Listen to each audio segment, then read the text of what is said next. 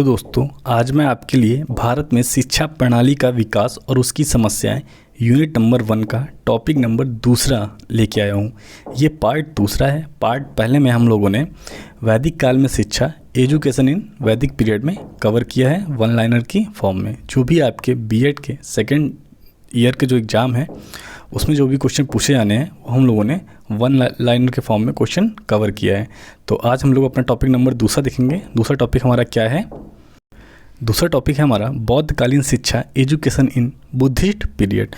तो इससे जो भी इंपॉर्टेंट क्वेश्चन बन सकते हैं आपके एग्ज़ाम में वो हम लोग यहाँ पे रीड करेंगे। और अगर ये वीडियो आपको अच्छा लगता है तो प्लीज़ सपोर्ट करें और आप लाइक कर सकते हैं, दूसरों के साथ इसको शेयर भी कर सकते हैं अगर वीडियो अच्छा लगता है तो, ठीक है। और अगर आप सब्सक्राइब करते हैं तो बेल आइकन ज़रूर दबा लें, क्योंकि आपके जो भी बीएड के एग्ज़ाम होने वाले हैं उससे पहले मैं आपको हर टॉपिक के, हर यूनिट के हर टॉपिक का और जितने भी आपके पेपर हैं उनके सभी इंपॉर्टेंट क्वेश्चन वन लाइनर के फॉर्म में या ऑब्जेक्टिव क्वेश्चन के फॉर्म में लेके आऊँगा, ताकि आपको टाइम से नोटिफिकेशन मिलता रहे और आप टाइम से अपनी तैयारी अच्छे ढंग से करते रहें, ठीक है। तो हम लोग देखते हैं हमारा पहला क्वेश्चन क्या है। तो पहला नंबर पॉइंट है हमारा, बौद्ध धर्म के संस्थापक गौतम बुद्ध थे, ठीक है। एग्जाम में आपका पूछा जाएगा कि बौद्ध धर्म के संस्थापक कौन थे, ठीक है। तो आपको बताना है गौतम बुद्ध थे। इन्हें एशिया का ज्योतिपुंज कहा जाता है। एग्जाम में पूछेगा कि 4 विकल्प में से इनमें से कौन सा विकल्प है जिसे ज्योतिपुंज कहा जाता है। तो उसमें आपका हो सकता है कि महावीर स्वामी जी हों और गौतम बुद्ध हों और 1-2 ऑप्शन हों, तो आपको गौतम बुद्ध पे राइट टिक करना है, ठीक है। गौतम बुद्ध का जन्म 563 ईसा पूर्व में कपिल वस्तु के लुम्बिनी नामक स्थान पर हुआ था, जो कि आपका नेपाल का तराई क्षेत्र के अंतर्गत आता है, ठीक है। नेक्स्ट पॉइंट पे चलते हैं। इनके पिता का नाम शुद्धोधन, माता का नाम माया देवी था, ठीक है। और इनका पालन पोषण इनकी सौतेली माँ, एक तरीके से ये मौसी थी, जो कि गौतमी द्वारा किया गया था। इनके बचपन का नाम सिद्धार्थ था। इनका विवाह 16 वर्ष की आयु में यशोधरा के साथ हुआ था। इनके पुत्र का नाम क्या था? इनके पुत्र का नाम राहुल था। तो आई होप आपको यहाँ तक सारी चीज़ें क्लियर हुई होंगी।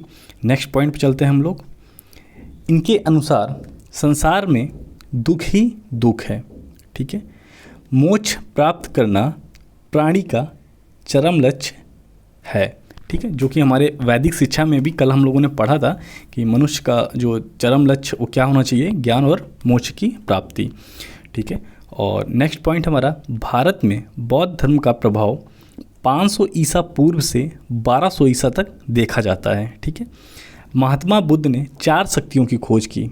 कितनी शक्तियों की खोज की? 4 शक्तियों की, ठीक है। बौद्ध धर्म की व्यवस्था समानता, प्रेम, करुणा पर आधारित है, ठीक है। समानता मतलब इक्वलिटी।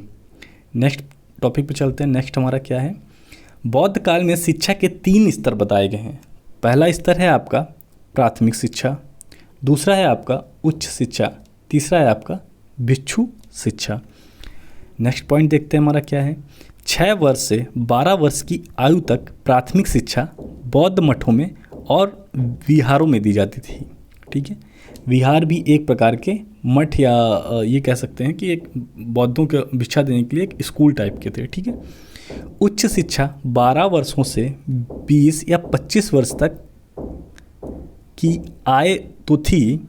यहाँ पे आयु है आपका, टाइपिंग में मिस्टेक हो गई है, आयु तो थी। उच्च शिक्षा प्राप्त करने के बाद, इंपॉर्टेंट क्वेश्चन है आपका, उच्च शिक्षा प्राप्त करने के बाद जो छात्र बौद्ध धर्म के प्रचार प्रसार कार्य में लगना चाहते थे उन्हें उपसंपदा सरकार के बाद भिक्षु शिक्षा प्रवेश दिया जाता था।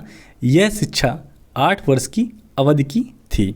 तो जो भी छात्र जो बौद्ध धर्म की जो परंपरा थी, अगर उसको कंटिन्यू करना चाहते थे या उसको प्रचार प्रसार में लगना चाहते थे तो उनको एक संस्कार था, उसे बोलते थे उपसंपदा संस्कार, इसके नाम से जाना जाता था। और इसमें से इसके बाद जो ये संस्कार हो जाता था, इसके बाद भिक्षु शिक्षा में प्रवेश दिया जाता था, ठीक है। इसके बाद यह जो शिक्षा है ये 8 वर्ष की थी। इसके बाद आप बौद्ध धर्म के प्रचार और प्रसार के लिए पूरी तरीके से तैयार हो जाते हैं, ठीक है। नेक्स्ट पॉइंट पर चलते हैं। नेक्स्ट पॉइंट हमारा क्या है? बुद्ध के अनुसार इस संसार में समस्त दुखों का कारण अज्ञान है।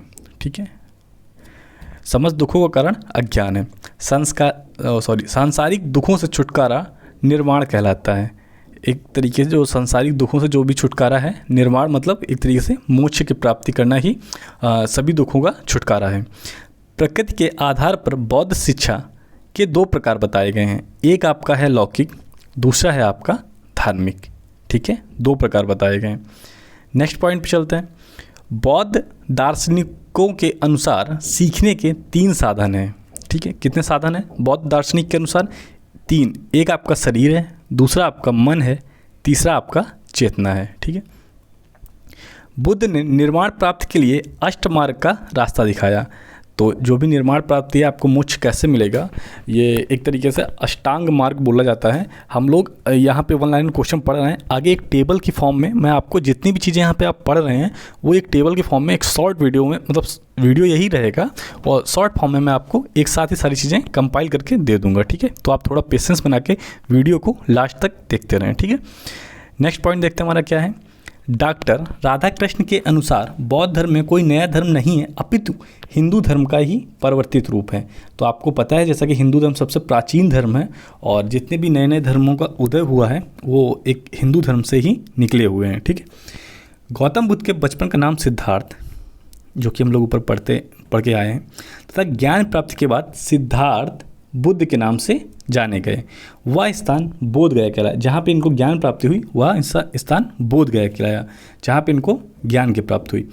तो जितने भी गौतम बुद्ध जी से रिलेटेड स्थान रहेंगे, हम लोग वो भी एक जगह सब स्थान 1 बाय 1 करके पढ़ेंगे। तो आप वीडियो को लास्ट तक ज़रूर देखें। ठीक है, यहाँ पे ये 1 लाइन के फॉर्म में है, मैंने एक लास्ट में एक टेबल बना दी है, वहाँ पे आपको सारा कुछ एक साथ मिल जाएगा। ठीक है, तो पेशेंस के साथ आप वीडियो के साथ साथ चलते रहिए। नेक्स्ट पॉइंट है हमारा, बुद्ध ने अपना प्रथम उपदेश सारनाथ में दिया, जिसे बौद्ध ग्रंथों में धर्म चक्र परिवर्तन कहा जाता है। ठीक है, ये भी आपका इम्पोर्टेंट क्वेश्चन है। भगवान बुद्ध और महावीर क्षत्रिय उपदेशक थे, मतलब ये एक क्षत्रिय कुल से आते थे। ठीक है, बौद्धकालीन शिक्षा के केंद्र मठ और विहार थे, जो कि हम लोग ऊपर पढ़ चुके हैं। बौद्धकालीन शिक्षा में प्रवेश की जो उम्र थी वो 6 वर्ष थी, तथा प्रवेश के समय पबजा संस्कार किया जाता था। जिस प्रकार से हिंदुओं में उपनयन संस्कार होता था, कल हम लोगों ने पढ़ा है, उसी तरीके से इसमें पबजा संस्कार किया जाता था जब 6 वर्ष की आयु में बौद्धकालीन शिक्षा के लिए बालक प्रवेश करता था। नेक्स्ट पॉइंट चलते हैं। पबजा का अर्थ होता है बाहर जाना। ठीक है, पबजा का अगर अर्थ पूछा जाए तो वो होता है बाहर जाना। बौद्ध धर्म में प्रत्येक व्यक्ति को शिक्षा का अधिकार था। बौद्ध धर्म में देखा जाए 2 सबसे अच्छी जो क्वालिटी रही हैं वो आपका ये है कि इन्होंने बौद्ध धर्म ने वर्ण व्यवस्था का पूरा विरोध किया था और इसमें स्त्रियों और शूद्रों को सभी मनुष्यों के बराबर लाने का प्रयास किया था बौद्ध धर्म ने। ठीक है, तो आप देखेंगे कि भारत में ये बहुत ही ज़्यादा प्रचलित है और काफ़ी सारे लोग बौद्ध धर्म को फॉलो करने वाले हैं। ठीक है, नेक्स्ट पॉइंट देखते हैं हमारा। नेक्स्ट क्या है, विद्यालय शिक्षा का निर्माण सबसे पहले बौद्ध काल में ही हुआ था। जो विद्यालय जाने की शिक्षा था वो एक तरीके से बौद्ध काल में इसका निर्माण हुआ था। नेक्स्ट पॉइंट पे चलते हैं। बौद्ध काल में शिक्षक को उपाध्याय तथा शिक्षिका को उपान्याया कहा जाता था। तो अब ये इम्पोर्टेंट है कि शिक्षक को क्या बोला जाता था, शिक्षक को आपका उपाध्याय बोला जाता था और शिक्षिका को उपान्याना, ठीक है, उपान्याना कहा जाता था। ठीक है, शिक्षिका को। विद्या संस्कार के समय 10 नियम बताए गए। विद्या संस्कार के समय 10 नियम बताए गए। जब भी ये जो आपका पबजा संस्कार होता था उस समय 10 नियम बताए जाते थे। बौद्ध धर्मी शिक्षार्थियों को श्रवण अथवा सामनेर कहा जाता था।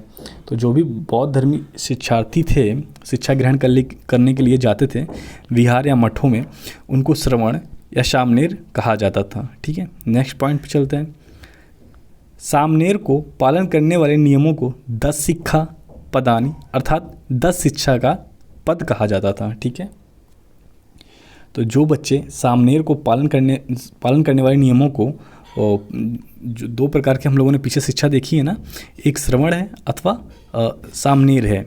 तो जो सामनेर को पालन करते थे, जो भी उनके नियम थे, उनको 10 शिक्षा पदानी अर्थात 10 शिक्षा पद कहा जाता था।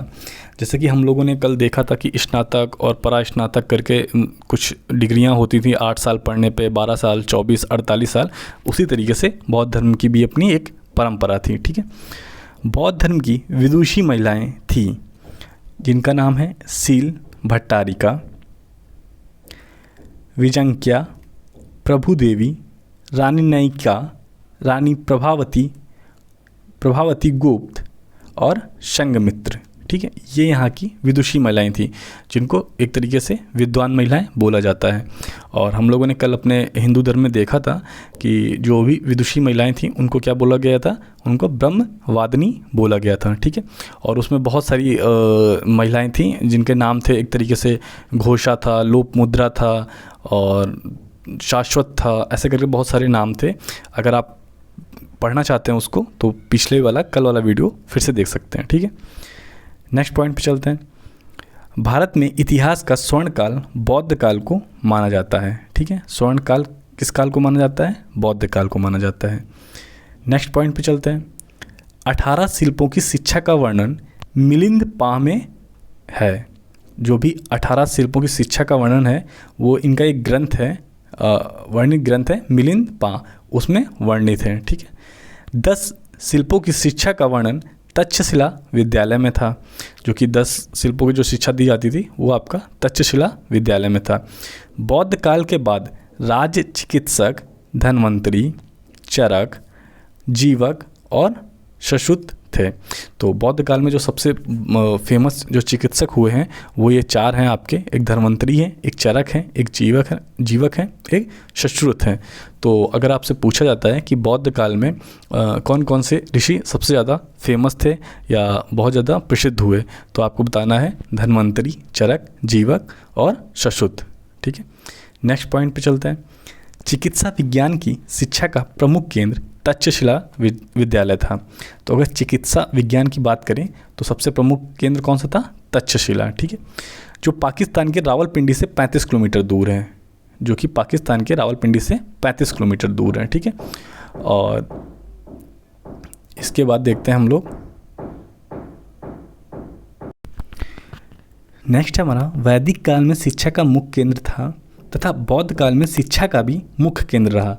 तो जो आपका ये तक्षशिला था वो हमारा पाकिस्तान से 35 किलोमीटर दूर है और यही वैदिक काल में शिक्षा का मुख्य केंद्र था और बौद्ध काल में भी शिक्षा का मुख्य केंद्र रहा था, ठीक है।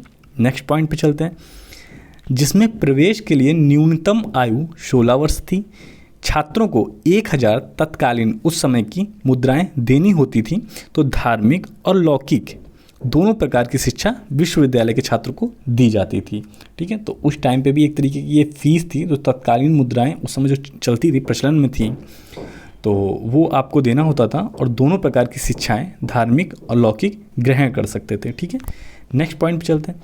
चंद्रगुप्त और चिकित्सक भी इसी की उपज है। तो जैसा कि आपका चंद्रगुप्त है, चंद्रगुप्त के टाइम में जो भी चिकित्सा में उपज हुई है, मतलब इसका जो ओरिजिन है वो इसी की उपज है। जो संसार में सबसे पहला विश्वविद्यालय था 5वीं शताब्दी के मध्य में बर्बर हूणों ने इसे नष्ट कर दिया। आपको पता है जब मुस्लिमों का आक्रमण हुआ था तो नालंदा यूनिवर्सिटी और तक्षशिला इन सब पे आक्रमण करके बहुत सारे किताबें और हमारे बहुत ही महत्वपूर्ण ग्रंथ जला दिए गए थे, ठीक है। नेक्स्ट पॉइंट पे चलते हैं। नालंदा विश्वविद्यालय बिहार प्रांत के पटना नगर से लेकर 35 किलोमीटर की दूरी पर स्थित है। तो जो नालंदा विश्वविद्यालय है वो बिहार प्रांत के पटना नगर से 35 किलोमीटर दूर पर स्थित है, ठीक है। नेक्स्ट पॉइंट देखते हैं। महात्मा बुद्ध के प्रिय शिष्य सारिपुत्र की जन्मभूमि यहीं थी, ठीक है। इनके प्रिय शिष्य सारिपुत्र की जन्मभूमि यहीं, जहाँ पर नालंदा विश्वविद्यालय स्थित था, ठीक है। यहाँ प्रथम विहार का निर्माण अशोक द्वारा कराया गया। यहाँ प्रथम विहार का निर्माण अशोक द्वारा कराया गया। विहार आपका क्या है? एक प्रकार का स्कूल अशोक द्वारा कराया गया। सम्राट कुमारगुप्त प्रथम ने इसमें बहुत से भवनों का निर्माण कराया और इसी के आगे जो आपके सम्राट कुमारगुप्त थे इन्होंने इसको आगे बढ़ाकर बहुत सारे भवनों का यहाँ पे निर्माण कराया जो कि विद्यालय में पठन पाठन के लिए आवश्यक थे। ये कराने के बाद मध्य में 9 मंजिला बहुत सारे भवन का निर्माण कराया। इसके बाद 9 मंजिला विशाल पुस्तकालय भवन भी बनवाया, जो कि 3 भागों में बांटा था। ठीक है, 3 भागों में बटा था। एक था आपका रत्न सागर, दूसरा था रत्न उदादी, तीसरा था आपका रत्न रंजक। इसमें प्रतिदिन 100 भाषण होते थे और 10,000 विदेशी छात्र अध्ययनरत मतलब अध्ययन करते थे उस टाइम पे भी। ठीक है, वल्लभी विश्वविद्यालय वल्लभनगर भारत के पश्चिम में वर्तमान गुजरात प्रांत के कठियावाड़ में स्थित है। तो अगर आपसे पूछा जाए कि वल्लभी विश्वविद्यालय कहाँ पे है, तो आपको बताना है ये आपका वल्लभनगर भारत के पश्चिम में वर्तमान गुजरात प्रांत के कठियावाड़ के निकट स्थित है। 4वीं शताब्दी में गया मैत्रक नरेशों की राजधानी था। ठीक है, 4वीं शताब्दी में गया जो है आपका वो मैत्रक नरेशों की राजधानी था। अंतर्राष्ट्रीय बंदरगाह भी यहीं था। ठीक है, बंदरगाह भी यहीं था और नगर में 100 करोड़पति नागरिक रहते थे। इसकी स्थापना बुद्ध काल में हुई। मैत्रक राजकुमारी दुद्दा ने प्रथम विहार बनवाया। ठीक है, और इसके बाद यहाँ पे सब विहारों मतलब और भी छोटे छोटे विहारों का निर्माण हुआ। ठीक है, चलिए नेक्स्ट पॉइंट पे चलते हैं। उस टाइम पे परीक्षाएं मौखिक रूप से होती थी। ठीक है, बुद्ध काल में परीक्षाएं मौखिक रूप से होती थी और 12वीं शताब्दी में विनाश हो गया और 200 विद्वान शिक्षण और 6,000 छात्र रहते थे।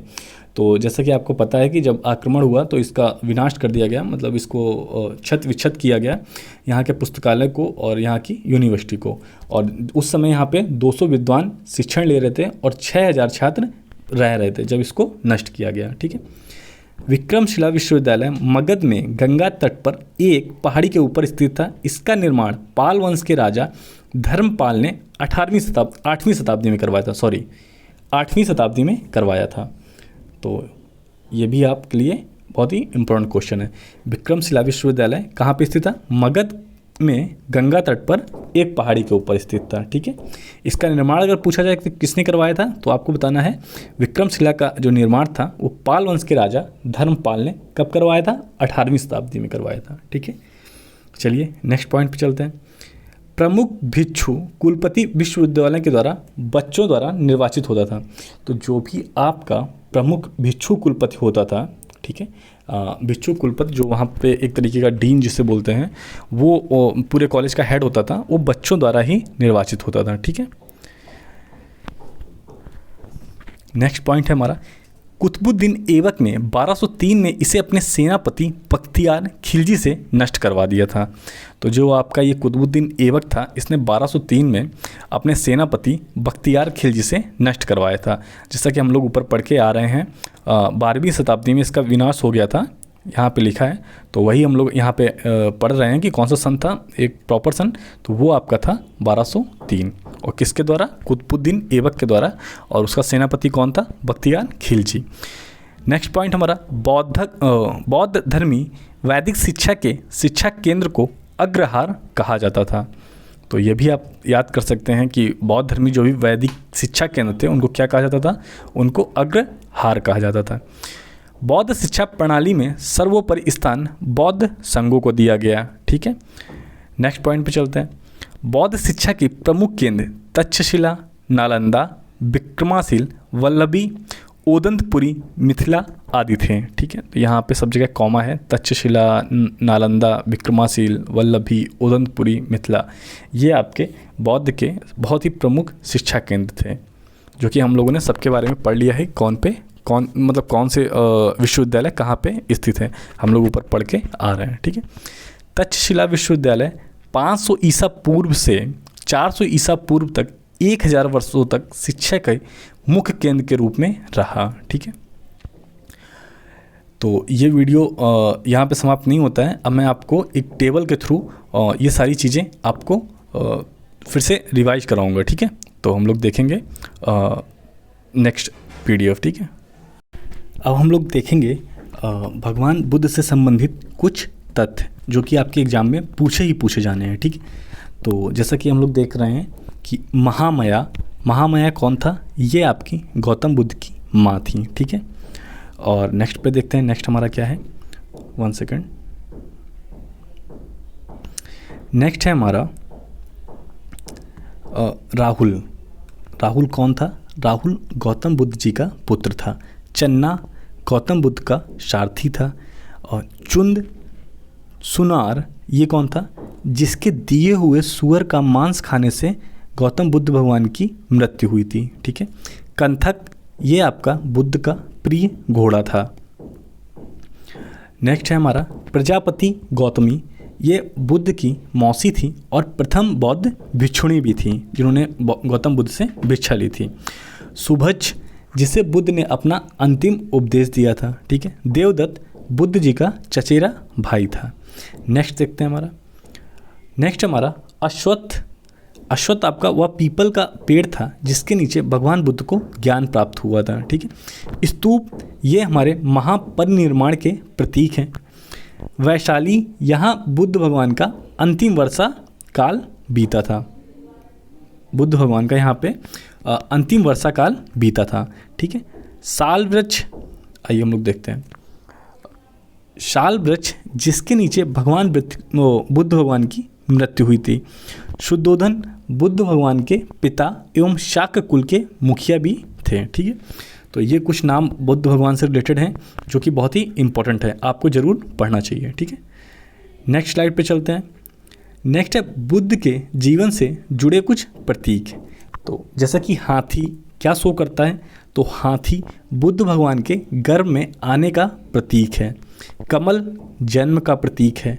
सांड यौवन का प्रतीक है। घोड़ा ग्रह त्याग का प्रतीक है। पीपल ज्ञान का प्रतीक है। ठीक है। तो चलिए नेक्स्ट स्लाइड पे चलते हैं। आई होप आपको ये सारी चीज़ें समझ में आ रही होंगी और एग्ज़ाम में आप सही और अच्छे नंबर स्कोर करेंगे। शेर समृद्धि का प्रतीक है। पद चिन्ह निर्माण का प्रतीक है। स्तूप मृत्यु का प्रतीक है। ठीक है। इसके बाद नेक्स्ट देखते हैं हमारा क्या है। महात्मा बुद्ध के जीवन से जुड़े 4 दृश्य जिन्हें देखकर उन्हें वैराग्य की प्रबल भावना हो उठी। तो हम लोग देखेंगे वो 4 दृश्य कौन से थे। तो पहला था वृद्ध, जब वो शहर में घूमने के लिए जा रहे थे अपने सेनापति के साथ, तो सबसे पहले उन्होंने एक बूढ़े आदमी को देखा।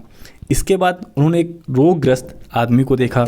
इसके बाद एक मिट्टी जा रही थी, एक आदमी की मृत्यु हो गई थी, तो फिर तीसरे नंबर पे उसको देखा। चौथे नंबर पे एक प्रसन्न सन्यासी को देखा। ठीक है। तो यहाँ पे थोड़ा टाइपिंग मिस्टेक हो गई है, प्रसन्न सन्यासी को देखा। तो ये चारों आपको सीक्वेंस से याद करने हैं कि सबसे पहले किसको देखा, इसके बाद क्या देखा। बुद्ध के अष्टांगिक मार्ग जो कि हम लोग अभी पढ़ के आ रहे हैं पीछे कि बुद्ध ने 8 मार्ग दिए थे जीवन को सुचारू रूप से चलाने के लिए। तो सम्यक दृष्टि पहला है आपका उनमें से। सम्यक दृष्टि मतलब अच्छी दृष्टि होनी चाहिए। सम्यक संकल्प एक अच्छा संकल्प होना चाहिए। सम्यक वाणी मीठा बोलना चाहिए। नेक्स्ट है हमारा सम्यक कर्मांत कर्म अच्छे होने चाहिए। सम्यक आजीव किसी के साथ बुरा व्यवहार नहीं करना चाहिए। सम्यक व्यायाम डेली व्यायाम करना चाहिए। सम्यक स्मृति आपको अच्छी सोच और अच्छी याददाश्त रखनी चाहिए। और लास्ट है आपका सम्यक समाधि, आपको डेली ध्यान साधना करनी चाहिए। ठीक है। अब इसके बाद गौतम बुद्ध भगवान से जुड़े कुछ और घटनाएं देखते हैं। गौतम बुद्ध के जीवन की घटनाएं। ठीक है। महाविनिष्क्रमण काल किससे जाना जाता है? ये आपका ग्रह त्याग की घटना है। संबोधि ये आपका ज्ञान प्राप्त होने की घटना है। ये चीज़ें आपको याद रखना है कि ये आपको एक वर्ड देगा और 4 ऑप्शन देगा कि इसमें से ये संबोधि या धर्मचक्र परिवर्तन या महापरिनिर्वाण इनका गौतम बुद्ध के किस ज्ञान से या किस टॉपिक से रिलेटेड है, तो आपको बताना रहेगा। संबोधि आपका ज्ञान प्राप्त होने की घटना है। नेक्स्ट है आपका धर्मचक्र परिवर्तन, ये आपका एक उपदेश देने की घटना है। और महापरिनिर्वाण ये आपका निर्माण प्राप्ति मतलब एक तरीके से मोक्ष प्राप्ति की घटना है। नेक्स्ट पे चलते हैं। नेक्स्ट हमारा क्या है, बौद्ध साहित्य के 3 पिटक निम्नलिखित हैं। जो यहाँ पे 3 पिटक हैं, एक तरीके से लिखित ग्रंथ हैं। तो उनमें से पहला है आपका सूत पिटक। ठीक है, तो सूत पिटक में क्या है, बुद्ध के धार्मिक विचार और वचनों का संग्रह है आपका सूत पिटक। विनय पिटक में क्या है, बुद्ध दर्शन की विवेचना और नियम है विनय पिटक में। नेक्स्ट है हमारा अभिधम्म पिटक, इसमें बुद्ध के दार्शनिक विचार का संकलन है ये, ठीक है। तो आपको ये तीनों याद रखने हैं, और जो भी मैं यहाँ पे आपको ऊपर बताया है गौतम बुद्ध के जीवन की घटनाएं या अष्टांग मार्ग, ये सब आपको एक एक करके तैयार करने हैं। इसमें से बहुत सारे आपके तैयार होंगे, लेकिन जो भी नहीं तैयार हैं उनको आप कहीं पे एक नोट डाउन कर लें, ताकि एग्जाम से जाने से पहले एक बार रिवाइज कर लें, या इसी वीडियो को आप 2x पे लगा के भी उस टाइम पे देख सकते हैं, ठीक है। इसके बाद आता है बुद्ध के जीवन के 4 स्थल। तो जो भी आपके फेमस प्लेस रहे हैं कि जहाँ पे उन्होंने क्या मतलब प्राप्त किया है जीवन में, जो भी अर्जन उन्होंने किया है वो कहाँ पे, किस जगह पे और कब किया, तो ये हम लोग देखेंगे। और हम लोग पीछे भी पढ़ के आ रहे हैं। लुम्बिनी में गौतम बुद्ध जी का जन्म माना जाता है। बोध गया में उनको ज्ञान की प्राप्त हुई थी। सारनाथ में प्रथम उपदेश दिया था। और नेक्स्ट है आपका कुशीनगर, जहाँ पे उनको महान परिनिर्वाण की प्राप्ति हुई थी, वहाँ पे उनको मोक्ष मिला था, एक तरीके से मृत्यु हुई थी वहाँ पे, ठीक है। नेक्स्ट पे चलते हैं। नेक्स्ट है हमारा बौद्ध संगतियाँ। ये आपका वेरी वेरी इंपॉर्टेंट क्वेश्चन है, आप इसको चाहें तो स्टार मार्क्स भी कर सकते हैं, ठीक है। तो बौद्ध में 4 संगतियाँ आपकी फेमस हुई हैं, ठीक है, 4 संगतियाँ हुई थी। तो पहली जो सभा थी वो आपकी 483 ईसा पूर्व में हुई थी। कहाँ पे हुई थी? राजगृह में हुई थी। और किसके शासनकाल में हुई थी? वो आपका अजात शत्रु के शासनकाल में हुई थी। ये बहुत ही इंपॉर्टेंट है, इसमें 1 नंबर का क्वेश्चन जरूर ही आपसे पूछा जा सकता है, ठीक है। नेक्स्ट है आपका सेकंड बौद्ध संगति। इसकी जो सभा है वो आपकी 383 ईसा पूर्व में वैशाली नामक स्थान पे हुई थी। और इस किसके शासनकाल में हुई थी? ये आपके काला अशोक शासनकाल में हुई थी, ठीक है। थर्ड है आपका 255 ईसा पूर्व समय में हुई थी। और कहाँ पे हुई थी? ये आपका पाटलिपुत्र में हुई थी। और किसके शासनकाल में हुई थी? ये आपके अशोक के शासनकाल में हुई थी। चौथी बौद्ध संगति ये आपका ईस्वी की प्रथम शताब्दी, ये आपका जो बिफोर क्राइस्ट और आफ्टर क्राइस्ट और चलता है, ईसा पूर्व था। और यहाँ से ईसा की जो फर्स्ट शताब्दी माना जाता है, फर्स्ट जो आपका ईसा भगवान का जन्म माना जाता है, जहाँ से पहली शताब्दी शुरू होती है। तो कहाँ पे हुई थी? ये आपके कुंडलन वन कश्मीर में हुई थी। और किसके शासनकाल में हुई थी? ये आपका कनिष्क के शासनकाल में हुई थी, ठीक है। तो ये वीडियो यहीं तक था। आपको ये वीडियो कैसा लगा आप मुझे कमेंट में कमेंट करके बता सकते हैं। और मैं कोई यहाँ पे आपको एक ट्यूटर या बहुत ही मेंटर के तौर पे मैंने नहीं पढ़ाया है। हम लोग एक तरीके से दोस्त हैं और एक तरीके से ग्रुप स्टडी कर रहे हैं।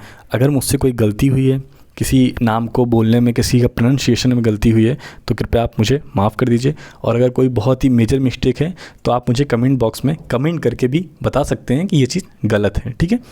और अगर आपको ये वीडियो अच्छा लगा है तो प्लीज़ इसको लाइक करें और दूसरों के साथ शेयर भी करें। अगर आपको लगता है कि मैंने थोड़ा सा भी हार्ड वर्क किया है आपके लिए, तो आप मुझे अप्रिशिएट करने के लिए इसको लाइक कर सकते हैं, दूसरों के साथ शेयर भी कर सकते हैं। ये आपका पहला वीडियो है।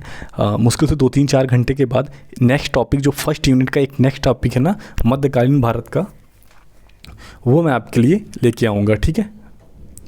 तो ये वीडियो आपको कैसा लगा आप मुझे कमेंट बॉक्स में ज़रूर बताइएगा। अगर आप किसी और टॉपिक का वीडियो चाहते हैं कि मैं अभी बनाऊं, पहले आपको उसका वीडियो चाहिए, जिस भी पेपर का आपका चाहिए, कोई भी अगर पेपर आपका कमज़ोर है, आपको लगता है कि इसकी तैयारी हमारी कम है, तो आप मुझे बताएं, मैं उसके 1 लाइनर क्वेश्चन या ऑब्जेक्टिव के फॉर्म में आपको वीडियो बना के दे दूँगा। और एक और इम्पोर्टेंट ज़रूरी सूचना ये है कि इसकी जो PDF है वो मैं अपने टेलीग्राम चैनल पर डाल दूँगा। तो आप वहाँ से भी ये इसकी PDF और जो टेबल है उसकी PDF, दोनों PDF आपको टेलीग्राम चैनल पे मिल जाएंगी। और कमेंट बॉक्स में टेलीग्राम का लिंक गिवन होगा। और एक चीज़ और है जो कि मुझे लगता है आपको बतानी चाहिए, वो ये है कि जैसा कि आप सभी को पता है कि BTC के जो भी स्टूडेंट होते हैं, उनका इंटरनल मार्क्स के आधार पे उनको कॉलेज से अच्छा मार्क्स मिलने की वजह से उनका जो परसेंटेज होता है वो 90% के समथिंग होता है। और आपका फर्स्ट ईयर का रिजल्ट भी नहीं आया है, आपका first year result second year के रिजल्ट पे डिपेंड करेगा। तो मुझे लगता है कि आपको अच्छी हार्डवर्क करनी चाहिए, ताकि आप कम से कम 80% के प्लस में अपना स्कोर बनाएं इस बार, ठीक है। तो क्या होगा, जब भी सुपर टेट का कंडक्ट होगा एग्ज़ाम, तो उसमें जो 40% का गुणांक होता है वो आपका एकेडमिक मेरिट पे बेस होता है, ठीक है।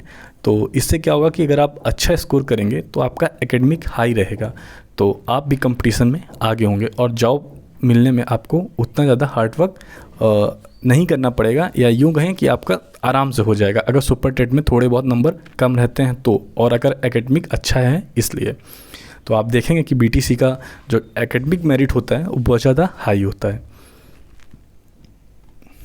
आपको ये वीडियो अच्छा लगा होगा, मुझे उम्मीद है, और आपने अपना कीमती समय दिया उसके लिए बहुत बहुत शुक्रिया और थैंक यू सो मच।